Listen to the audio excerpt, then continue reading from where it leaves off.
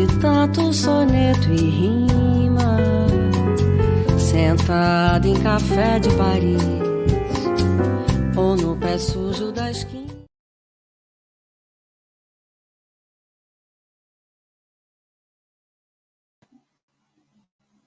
Hello, everyone. I'm very excited to have Erica Botner here today. She's a recreation therapist. She has a bachelor in recreation and leisure studies and master's in rehabilitation science. She has over 20 years of experience with several populations. She teaches at Concordia University, and she is the founder of recreotherapy. I think I did well. So welcome, Erica. Thank you so much for having me. It's so nice. It's nice to finally meet you. My pleasure. It's so great to have you here. Thank you for coming. Yeah. Erica, you've been doing such great work with your business. There are many people living isolated, and now with the COVID, the pandemic, we see many people are even more isolated, and your program helps people to participate in meaningful online activities and connect.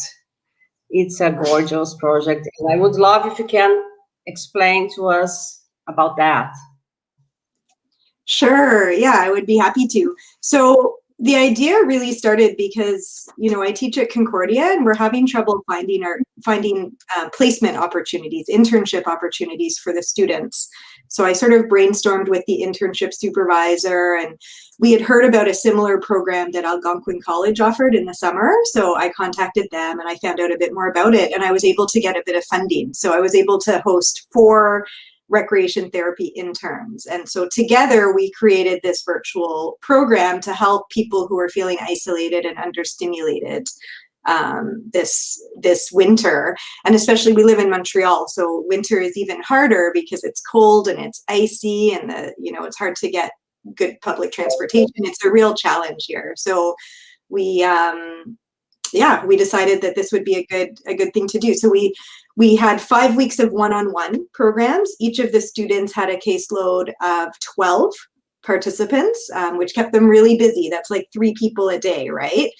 So if you think about the planning and the implementing and the documenting and evaluating, they were kept really busy. And now we've moved into our group program. So once we got to know the clients and we created groups that would be, to meet their needs. So now they're starting to meet each other and form friendships and feel like they belong to sort of a virtual community. So it's been really a great experience. We thought it would be mostly seniors who would sign up for the program, but we have all ages and all abilities. We do have seniors and people with dementia. We also have adults with mental health challenges.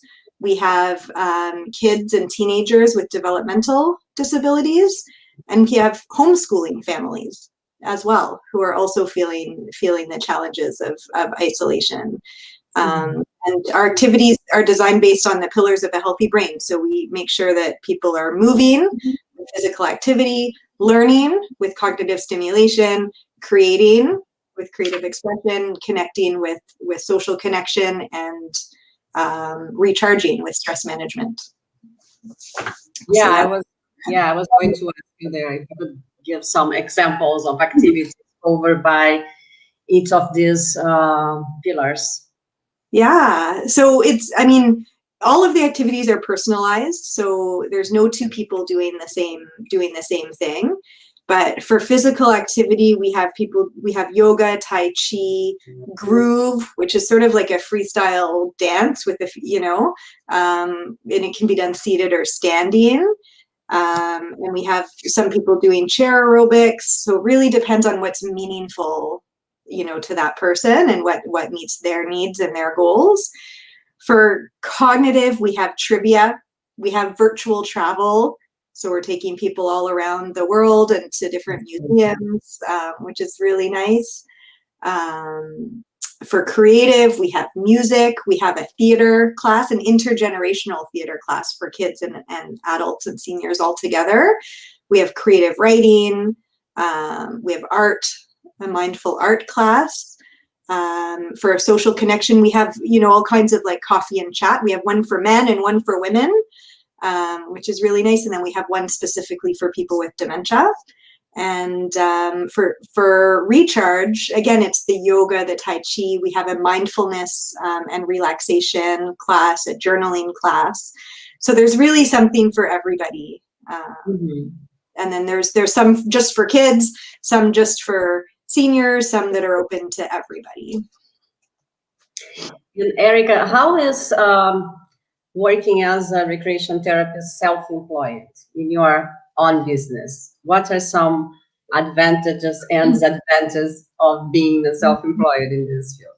Yeah, well, it was a huge risk, I'll say, like when I first decided to do it, to leave my full-time permanent job. But I did it because I felt like it was the time in my career where I wanted to do something meaningful, and I wanted to create something for myself instead of always creating something for organizations.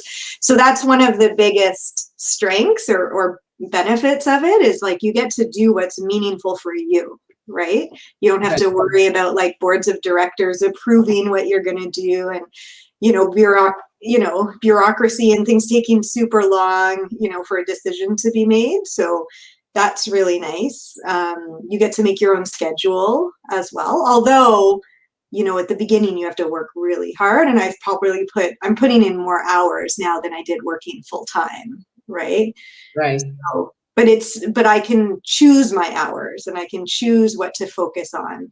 And I think there's also a lot of personal development that happens too, right? Because I had to learn to have thick skin and not get discouraged if something didn't work out, or if someone doesn't agree with my business, or they don't believe in recreation therapy. So I'm learning to be sort of an advocate, right, for myself and for the profession as well, right. Which is nice. The challenges, it's a lot of work. It's more work than I thought it was going to be.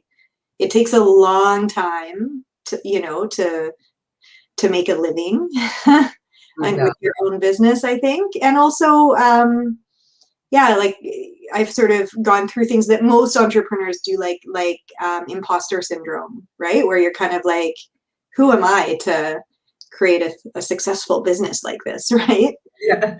So it's a hard one to overcome sometimes. Yeah, and you have worked in different settings and populations. What was your first job in the field, your very first one, and how has it been since then? That's a good question. I would say my first job was even before I went to university. I worked at a summer camp, and I was I worked with the kids with disabilities. And help to, integrate them into the regular camp setting. I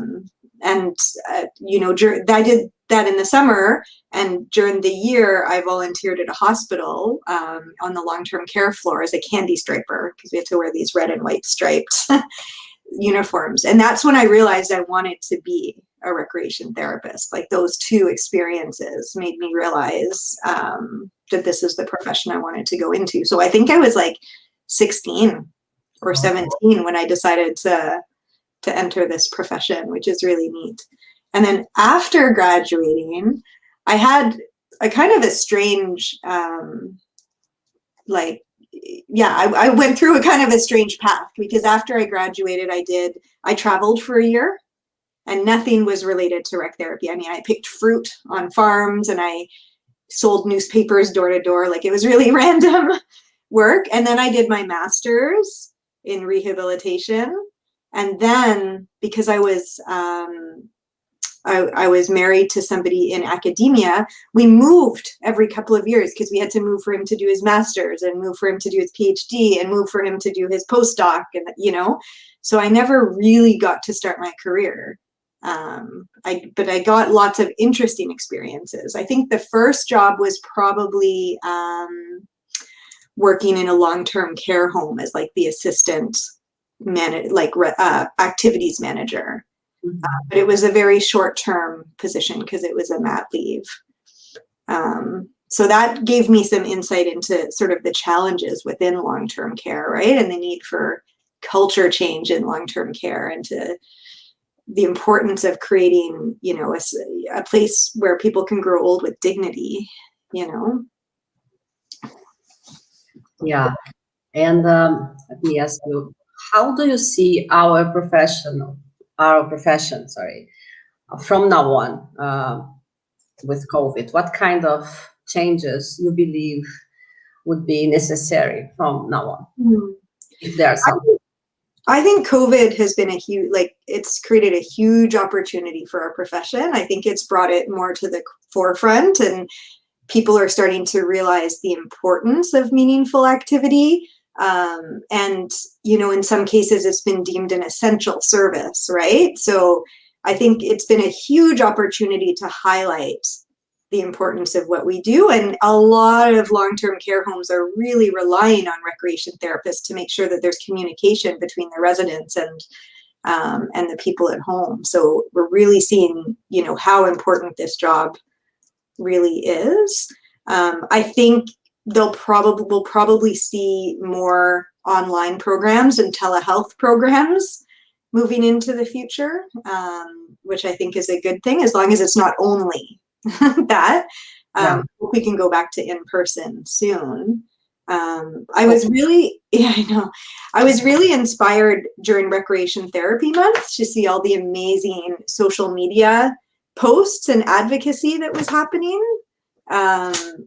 So I think the future is really strong, you know, and I see even my students who are going through the program right now and who are doing their internships with me, like they're strong, and I see them as being like really amazing advocates for the profession. And I think we're moving in the right direction. Here in Quebec, we finally just got approved to have a chapter of CTRA. So that's really exciting too, because we haven't had a professional organization for a while. So it's all good things, I think. We have to continue to advocate. Yeah, Lots of advocating. And what do you suggest for new professionals like me?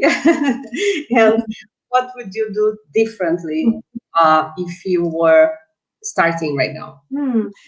I would have done my internship and got certified right away. I didn't. I traveled and I just chose a different path, which is fine. And I ended up getting certified last year. So about 21 years after graduating or something like that. But I would get it out of the way, because it's really hard to do like the equivalency paths, you know? And I would also I always tell my students this too, because in Quebec especially, it's hard to find work. It's really, recreation therapy is not well valued here in the province. So, but we've seen some amazing stories of students getting other jobs in organizations, maybe animator or leisure technician or, you know, educator. And then once they're in the position advocating, you know, once they're in the position and showing all their amazing skills, sometimes they're able to turn their position into a recreation therapy position, you know, which is really exciting. So I think for me, it's choose an organization not based on the job title, but based on, you know, an organization that where your values match, you know, where I think that's really the most important thing. Yeah. And you teach, right? At the Concord. Would you like to talk about it? Yeah, I've been teaching. I started teaching in 2007, which is crazy. That's before my son was born even. And I still remember the first class I taught. I was in my 20s, like mid to late 20s. And I was moving to Montreal from Waterloo, and I had applied to teach, but I never heard anything. And I went to a conference, and a bunch of students came up to me and said, "You're going to be my teacher next year." And I was like, "I am?" So my name got posted as like teacher for this class or instructor for this class before I even knew. But it was a class, it was Introduction to Recreation Therapy. and there were 150 students. And it was like so overwhelming. It was really an intense experience, but I've come a long way as a teacher since then. And I've taught both part-time and full-time.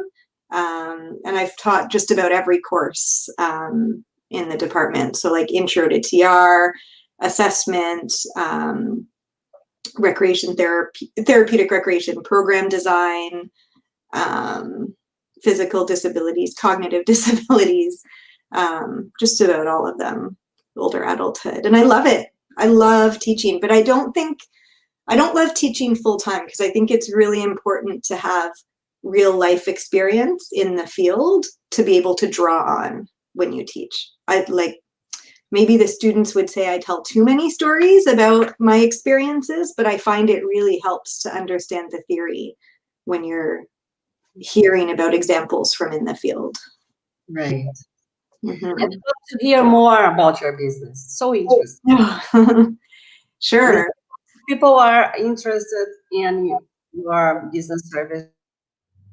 How can they reach and Yeah, so you can go to recreotherapy.com. That's the best place. I have a pretty comprehensive website. I'm also on Facebook and Instagram as well. Right.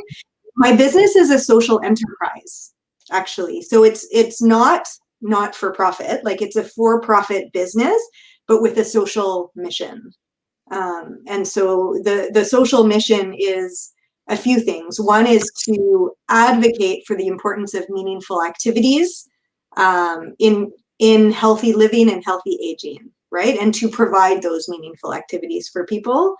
Another one is consulting and coaching. So I do work with organizations, home care agencies, long-term care homes, community organizations, and I offer training to help them bring more recreation therapy philosophies into what they do. So often I'll work with organizations that don't have a recreation therapist, right? And I've also done some event planning and grant writing as well as a consultant. And then last, my sort of bigger mission is to help change the narrative or change the culture of how we see disability, aging, and dementia and caregiving. I think we just need to shift how we view those things, because right now they're all really scary things, right? Right. They don't have to be. They're all normal parts. Well, I guess dementia is not a normal part of life, but it's something that we need to. It affects enough people, that it's something we need to sensitize people to. Mm-hmm. So and you have a staff with you, right? Well, I'm the only full-time permanent staff, and I hire consultants or contractors to do a lot of the one-on-one work. So I'll hire new grads, because that's another issue, is that the students don't always, when they graduate, they don't always have work in the field, right? So I hire new graduates to work with people in the field, and I support them and train them and sort of mentor them as they go. Mm-hmm. So I have no one on payroll, for example. They're all contractors. Yeah, I think I saw a testimonial of a student working with you, right? In the Instagram or Facebook. Oh, yeah. That was Colin. Yeah, so great. Yeah, I think you're going to hear a few more coming up from the interns, who have been working with me. Yeah, and I think for them, it's hard not to have an in-person experience. And I think they were all a little bit nervous about that too, and how it was going to go. But I think they've also found that there's more expectations of them than of their classmates who are in person. Because the students who are in person, sometimes for their internships, they just have to run already existing programs. There's not always the opportunity to develop something new, right? Whereas these students developed something new from scratch, right? And every day they're running like 1, 2, 3 programs that they've developed themselves, right? And so they're learning about assessment, about planning, about documenting, about evaluating, which, yeah, every student's going to get that in their internship for sure. But this is a really unique experience. Yeah. They've had to have a different level of autonomy, I think, because they're at home. Mm-hmm. I think you are such an inspiration, because someone who, after 20 years of graduation, still has this passion for what you do and seeking for innovate, create new realities. Your story is very, very beautiful. Thank you. Yeah, it's really an inspiration for us. Would you like to talk about something that I didn't ask you, or maybe I think you want to ask me something, right? I'm curious about you. So first of all, the music at the beginning that I heard, is that you singing? Yeah. Yeah, that's amazing. So you were a singer. Yes, I am a singer. Yeah. Okay. For more than 20 years. Okay. And what I feel like I'm switching the interview, like I'm turning the interview back on you. But what made you decide to go into recreation therapy? I first graduated in psychology more than 20 years ago. Okay. But I worked as a psychologist for 2 years. Mm-hmm. And I gave up to become a singer, because my whole family were musicians. My mother was a singer. My grandmother was a pianist. My aunt is a composer. So it's but I grew up watching how difficult it was to survive from music, especially in Brazil. So I didn't want that. I said, no, I want a regular job from Friday. I didn't want that. So that's why I searched for another thing that I liked, which was psychology, and I graduated, and then I worked. But I was not absolutely happy with that. I was missing something. So I booked one concert for me in Rio de Janeiro, and after that, I couldn't stop anymore. So I've been singing since there, and since 2005, I used to come to Canada to perform at the jazz festivals. Oh, wow. Very nice. In Montreal? You've been to Montreal? I've never been in Montreal. I've been in Vancouver Island, Toronto, Saskatoon, Edmonton, Iqaluit. Yeah. Yeah. You should put Montreal on the list. And once I performed in a festival at Vancouver Island. And as part of the festival, there was some presentations in long-term care facilities. And I performed in 3 long-term facilities, and I got fascinated with that. Yeah. Not only to sing for them, it was very meaningful, but after the concert, they came to me and talked about the importance of the music in their lives. So like, my husband used to take me to concerts on Sundays. The other one, I wanted to be a singer, but I didn't have a chance. And everybody, they are talking, and I thought that's so interesting. And I need to do something like this, exactly this, not just perform for them, but to put psychology and music together. And I love Canada. And I said, well, we don't have recreation therapy in Brazil. Okay. And so I said, well, I'm going to put my 2 passions together, right? So I came to Canada to study recreation therapy and to do this postgraduate program. Wow. That's why exciting. I keep singing. I keep singing. Yeah. And you're in Ontario? Yeah, I am Ontario, in Sarnia, 2 hours from. Sarnia. Okay, close to Detroit. And so are you working now, or you're still studying? I'm still studying. I'm graduated in May. Okay. It was on April, but it was delayed because of COVID. So May. Okay. Yeah, and I am working. I'm volunteering at a family council. I do some virtual concerts, and for now that's it. Yeah. Oh, that's very nice. Maybe you want to do a virtual concert for our program. I would love to. Yeah? Okay. We'll talk about that after. That would be, Yeah. I think the participants would really love that too. So would you like to say something that I didn't ask you? Well, maybe the only thing to say, and this is kind of newer information.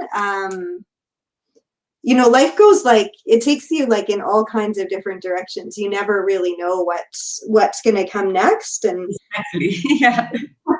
And so I actually just accepted a job, and I'm going to be working full time by the end of April. So I'll have to see how, I mean, my business is going to continue for sure. It's just going to have to pivot and become something that I can do, you know, while I'm working full time. But it's a pretty neat opportunity. I'm going to be in Quebec. The minority population are English speakers, right? Right. And especially if you look at seniors who are English speakers, they're at a big disadvantage because, you know, some of them never learned French. And some of them, even if they did, as you get older, you revert back to your original language. And so there's some English-speaking seniors who live around Quebec in some really small, remote communities who don't have access to any programs or services. So the government has just announced that there's going to be some wellness centers, a lot of wellness centers. I'm not going to say how much because I don't know if it's actually been announced yet. Now I'm panicking that it hasn't been announced publicly, but it is now, I guess. There's going to be a number of them around the province, and I'm going to be managing that project. So that's really, really exciting. And I'm really excited to advocate for recreation therapy as being part of these wellness centers, right? Like using a recreation therapy approach. So it was a hard decision to be like, okay, I'm going to put my business to the side after working so hard creating it. But I thought back to like, what is my life purpose, right? What is it? And a big part of it is advocating for the profession. And I just feel like as part of a system, you know, that's really connected to government and to the, you know, to the public system, I'll be able to advocate for the profession and create internship opportunities for students at all these different sites and show more people the benefits of what we do. You know, I just felt like I would have more of an impact as an advocate doing that, right? Right.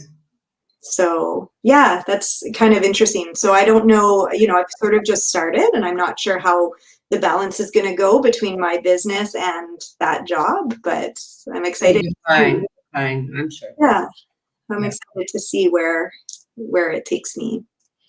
And do you have some advices for students who are graduating right now? How can be prepared for the job market and how to? Ooh, Hard one, I know, but no, but make a good CV. Really good CV, no mistakes on it, short, sweet, to the point. You know, networking is really good. Most of the jobs I've gotten are because I know somebody in the organization, you know, and be okay starting at the bottom.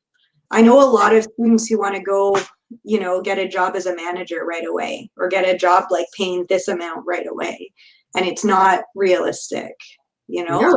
Some people might be very lucky and can do that, especially if you have previous life experience and previous work experience, you know, like you, for example. But, you know, in most cases, you need to be willing to start, you know, at the bottom. Yeah, learning, right? And learn. Yeah, you definitely don't know it. Like, you know, you come out of your degree thinking, you know, I'm an expert in PR.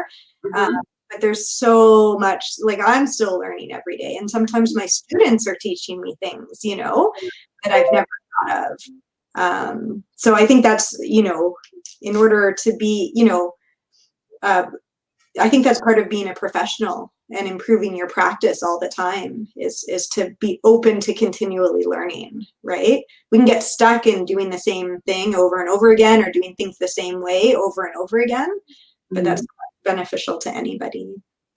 Yeah. Oh, we got 30 minutes and 17 seconds. I cannot believe it. I would stay here more. Is it a 30-minute interview? I have no idea how Yeah, long it is. yeah. Okay. 30 minutes. But if you have something more to say, I will stay here for a while. I don't know. I'm not sure if I can think of anything. I think it's great what you're doing as well, interviewing people and highlighting, the different exciting things. Yeah. Yeah, it's very exciting. I just think I'm so passionate about the profession. I think we just need to continue to work together and advocate, and I think the future is really promising. Yeah. I think we need to focus on the opportunities that the pandemic has brought us as well. I mean, I know it's brought so many tragedies as well, but at the same time, it's created a lot of opportunities for our profession. Yeah. And to become us more creative too, right? Yeah. We have to think out of the box, right? Yeah. Yeah. And I think we are doing a great job. Yeah, I think so too. Yeah. Erica, thank you so much for coming. Thank you. Yeah, thank you. And let's be in touch. I do want to invite you to do a concert for our virtual program. Oh, it'll be a pleasure for me. Okay. That's okay. So we'll be in touch about that for sure. Okay. Okay, thank you. Thank you everybody for join us. I will leave Erica's website in the chat and on Recreation Therapist Corner, so you can click on and know a little bit more about her business. It's amazing. And see you on 29th. Bye-bye. Bye.